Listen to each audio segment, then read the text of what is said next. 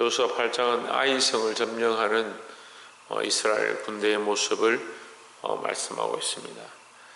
아이성이 여리고성에 비하면 굉장히 작은 성이었지만 이스라엘 백성은 그들이 쳐들어가서 쉽게 취할 줄 알았는데 갔다가 많은 사람들이 죽고 도망치게 되는 그런 모습들이 나타났습니다. 그 원인을 찾아보니까 하나님이 명령하신 대로 행하지 아니하고 자기를 위하여 빼돌린 그 아간 때문에 그러한 일들이 발생했다고 알게 되었습니다.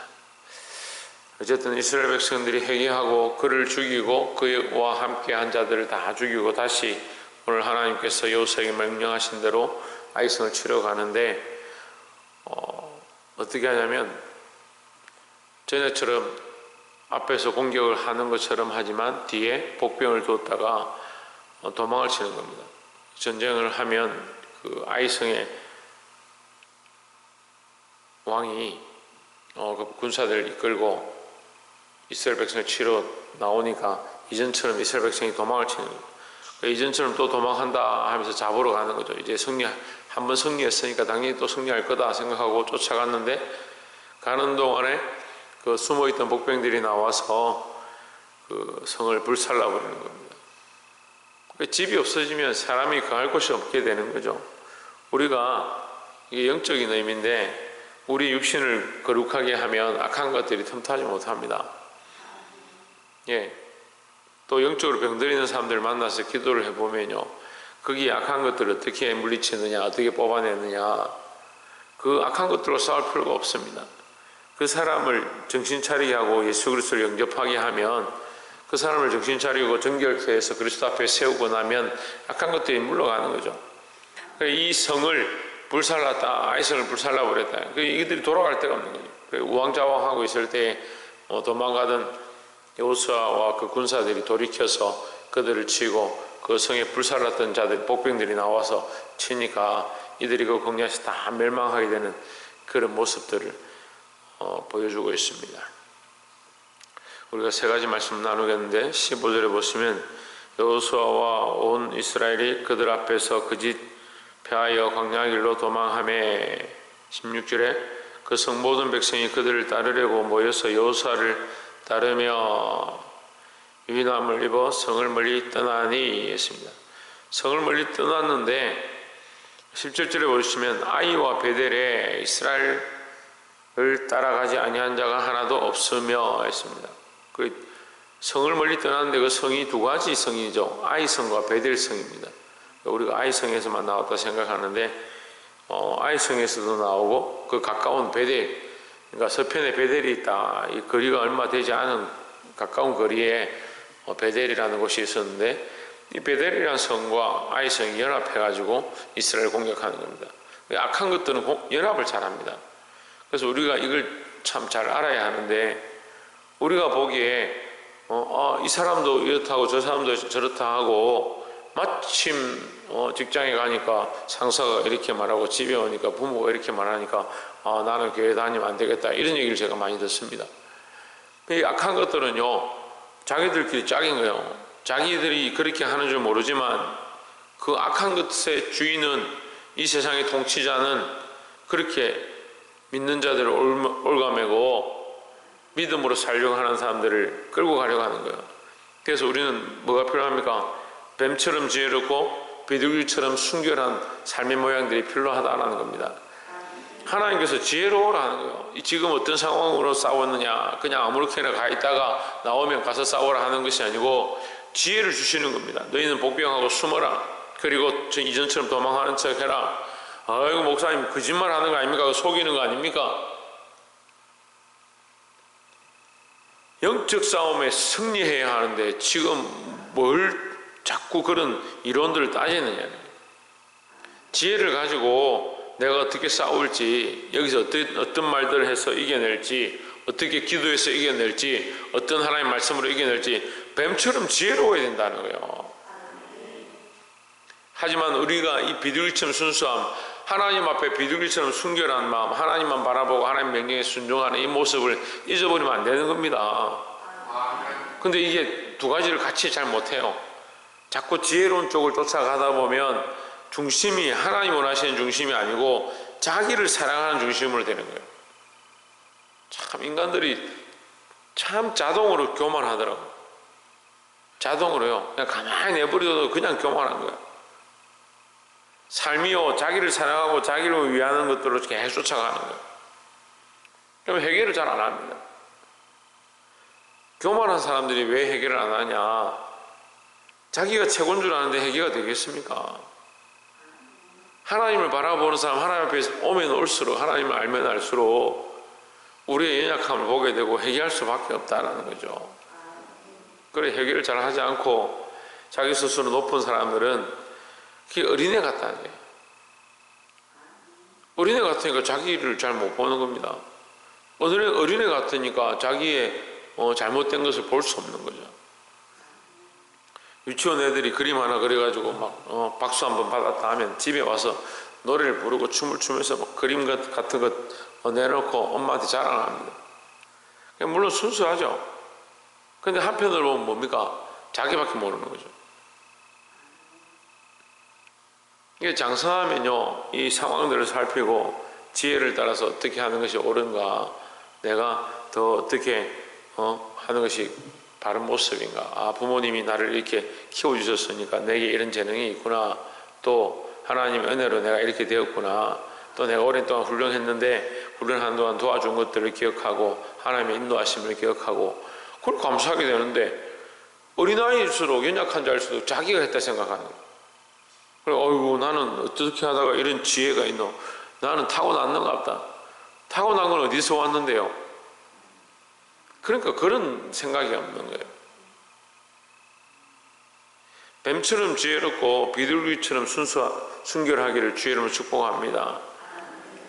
18절에 여호와께서 여호수아에게 이르시되 내 손에 잡은 단창을 들어 아이를 가리키라 했습니다. 모세가 그 지팡이를 들어서 이스라엘 백성을 인도했던 것처럼 여호수아에게 하나님께 단창을 주셔서 그가 이 싸움에 이기게 하십니다. 그가 가리키는 대로 전쟁이 시작되었고 그가 가리키는 대로 적군을 물리치는 역사들이 나타났습니다. 이 단창을 가리킨다, 이것은 하나님의 명령을 따른다, 이런 뜻이에요. 그러니까 아무리 내가 지혜롭고 아무리 내가 순결한 것처럼 보여도 하나님의 명령에 순종하지 않으면 뭘 하고 있는 거냐는 거예요. 뭘 하고 있는 거예요. 그런 사람들이 너무 많아요. 처음에는 정말 하나님의 말씀을 따라서 뱀처럼 지혜롭고 비둘기처럼 순결하게 시작했다가 이 여호수아가 가리키는 단창을 따라가는 게 아니고 자기 마음대로 하는 사람들. 그 교회는 아간들이 너무 많아요. 다 자기 생각대로 하는 아간들이 너무 많아요. 자기 생각대로 하는 게 자기 생각대로. 분명히 말씀은 들었고 분명히 뜻은 알겠는데 어떻게 합니까? 자기 생각대로 하는 거예요. 자기가 취하고 싶은 거, 자기가 가지고 싶은 거, 자기가 말하고 싶은 거, 자기 행동하고 싶은 거 그대로 하는 거. 고치지 않고 바꾸지 않는 거예요. 그게 지혜가 아닙니다, 여러분. 하나님 말씀대로 돌아오시기를 주의 이름으로 축복합니다. 두 번째로 나눌 말씀은 25절에 그날에 아이사렘에 전부가 죽었으니 남녀가 12,000이라 했습니다. 24절에 보시면 온 이스라엘이 아이로 돌아와서 칼날로 죽이는데 어떻게 죽이냐? 하나도 남기지 않고 불태워버리고 남녀를 다 쳐 죽였다. 26절에 아이 거민을 진멸하기까지 여호수아가 단창을 잡아 든 손을 거두지 아니하였고 했습니다. 거두지 않았다. 끝날 때까지 거두지 않았다. 자, 우리의 영적 싸움은요, 끝날 때까지 끝난 게 아닙니다. 언제 끝납니까? 예? 주님 오실 때 끝나는 거죠. 그러니까 좀 기도하면, 아이고, 내가 지난주 기도했는데, 내가 좀 새벽 기도 나왔는데, 내가, 목소리 좀 높이고 하나님 앞에 부르짖었는데, 그러고 나면 그만이에요. 끝날 때까지 끝난 게 아니라고 자기들 입으로 늘 하면서 영적인 싸움은 맨날 자기 스스로 끝내버려요. 아침에 내가 기도했으니까 끝났지. 누가 자기 보고 끝내라 그러는데. 영적 싸움이 어떻게 그렇게 쉽게 끝나겠습니까? 어떤 사람은 제가 아까도 얘기했는데 그 안에 악한 것들이나 거짓하는 것들이나 속이는 것들이나 음란한 것들 중보해달라고 중보해주고 안수해달라고 안수해주고 악한 것들 뽑아내고 고치고 나면 자기 끝난 줄 아는 거예요. 이제 됐다. 이제부터 시작해요. 여러분 이미 들어와 있을 때는 뭐가 영적 전쟁입니까? 이미 악한데요. 근데 깨끗해지고 나면 이제 거기에 점 하나 찍으면 더러워지는 거예요. 이게 깨끗이 청소되고 나면 이제 악한 것들이 운동하기 시작하는 거예요. 성령도 역사하시고 그 깨끗해진 집에 성령도 역사하시고 악한 것도 역사하는데 성령의 인도함을 받고자 힘써야 되는 거예요. 그래서 성령의 인도함을 받고자 힘쓰는데 악한 것들은 계속 틈타고 연합군을 보내고 더 우리를 교묘하게 넘어뜨리려 하는 겁니다. 그 앞에서 뱀처럼 지혜롭고 비둘기처럼 순결한 자들의 삶을 살아야 되는 겁니다. 여러분 영적 싸움 끝나지 않았습니다. 우리가 죽을 때까지 이 영적 싸움 끝나지 않습니다. 사랑하는 성도 여러분, 이 믿음으로 서서 끝까지 싸우시기를 주의 이름으로 축복합니다. 할 수만 있다면 도말할 때까지, 진멸할 때까지 그 단창을 내리지 않았던 것처럼 우리가 우리 안에 있는 악한 것들과 싸워서 진멸하기까지 싸우고 내 안에 싸워야 하고 우리 안에 싸워야 하고 세상에 나가서 싸워야 될 것이다 라는 겁니다. 마지막 세 번째로 33절에 온 이스라엘과 그 장로들과 유사들과 재판장들과 본토인뿐 아니라 이방인까지 여호와의 언약궤를 맨 레위 사람 제사장들 앞에서 레위 좌우에 서되 절반은 그리심산 앞에 절반은 에발산 앞에 섰으니 이는 이왕의 여호와의 종 모세가 이스라엘 백성에게 축복하라고 명한 대로 함이라 했습니다. 자, 우리가 여기서 두 가지 볼 수 있는데요. 하나는 장로도 서고 재판장도 서고 유사들도 권세자들도 서고 다 섰는데 거기 누가 있느냐? 이방인도 있다. 이방인도. 그래서 우리가 하는 나라 가면요 이방인들도 많이 있는 거예요. 우리도 이방인인 거죠. 그래서 우리에게 이 복음의 길이 열려져서 이방인인데도 하나님 앞에 나와서 예수 그리스도를 부르고 예수님이 우리의 친구가 되시고 우리가 그리스도 안에서 한 형제 자매 되어서 서로를 지체라고 돌아보는 거, 이게 큰 축복입니다. 그러니까 하나님의 말씀, 이 복음을 아끼지 않고 나누고 전달하는 일들을 하지요. 근데 이 이방인에게도 열려졌다, 이 사실이 하나님의 말씀은 공평하다, 누구에게나 다 열려있다. 특별히 이 이방인 가운데 누가 있습니까? 우리가 이 바로 앞에서 본 라합과 그의 가족들이 있는 거죠. 그뿐만 아니고 또 많은 사람들이 있습니다. 그 이방인들이 있다. 누구나 하나님의 말씀 앞에 공평하다, 누구나 이 말씀을 믿고 하나님의 백성이 되고자 하면 그 앞에 나올 수 있다라는 거죠. 근데 여기 보면 그리심산과 에발산이 있습니다. 전에도 말씀드렸는데 이 축복의 산과 저주의 산이다. 그러면 좌우에 이 산들을 왜 보여주느냐? 그 가운데 왜 세우느냐? 선택을 하라는 거죠. 율법의 말씀이 그럼 저주입니까? 아닙니다, 여러분. 그럼 축복입니까? 그것도 아닙니다. 하나님의 마음은 축복이지만 축복과 저주는 누가 선택한다?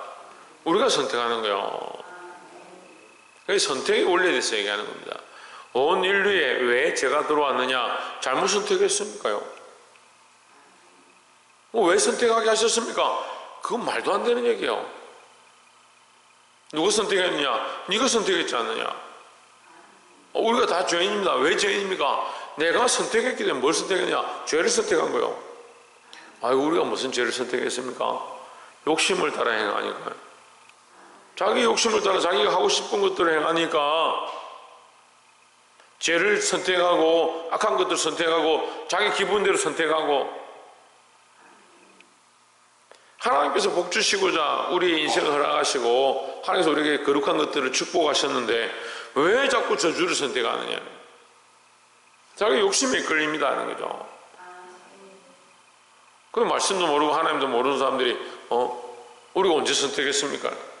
왜 선택하게 하셨습니까? 왜 선택하게 하기에는 선택할 수 있는 그 지혜를 주시고 선택할 수 있는 은혜를 주신 것이 그게 축복이죠. 이미 우리에게 율법을 알게 하신 것이 축복이고 율법을 허락하신 것이 축복이다라는 겁니다. 우리에게 말씀을 주신 것이 축복입니다. 말씀을 허락하신 게 축복입니다. 이 말씀을 선택할 수 있는 것이 축복입니다.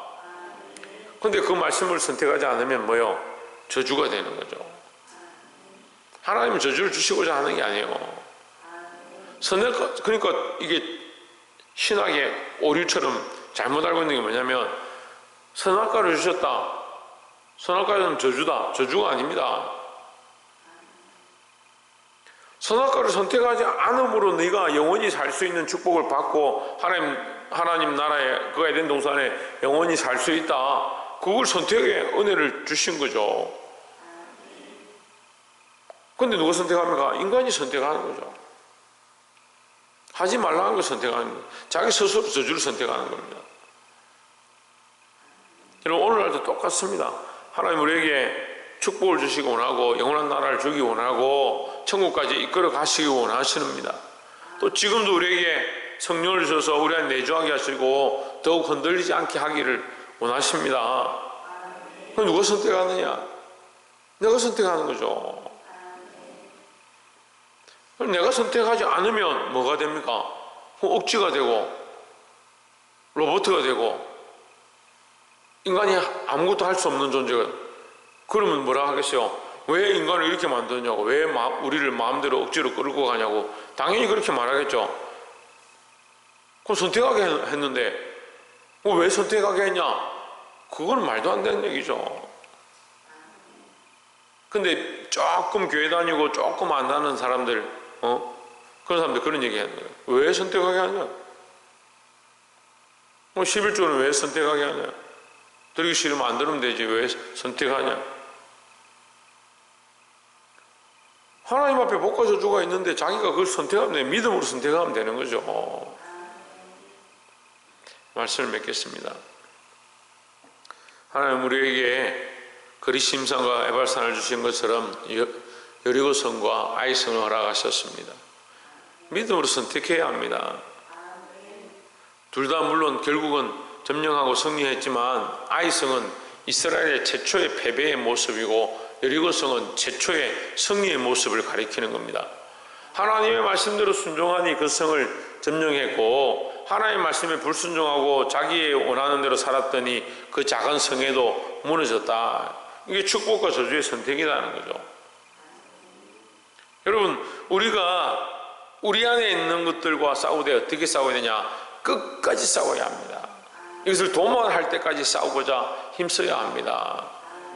하나님께서 우리에게 뱀처럼 지혜롭고 비둘기처럼 순결할 것들을 말씀하십니다. 우리에게 선택할 권한들을 주셔서 이 싸움을 싸우게 할 때 우리 안에 악한 욕심들과 우리 안에 나를 사랑하는 것들과 싸워서 도말하고 악한 것들의 연합군으로 우리를 더욱 혼란하게 할 때에 하나님의 명령 앞에 여호수아가 단창을 들었던 것처럼 말씀을 바라보고 하나님 원하신 뜻대로 선택하고 승리할 수 있는 저와 여러분 되시기를 주의 이름으로 축원합니다. 기도하겠습니다.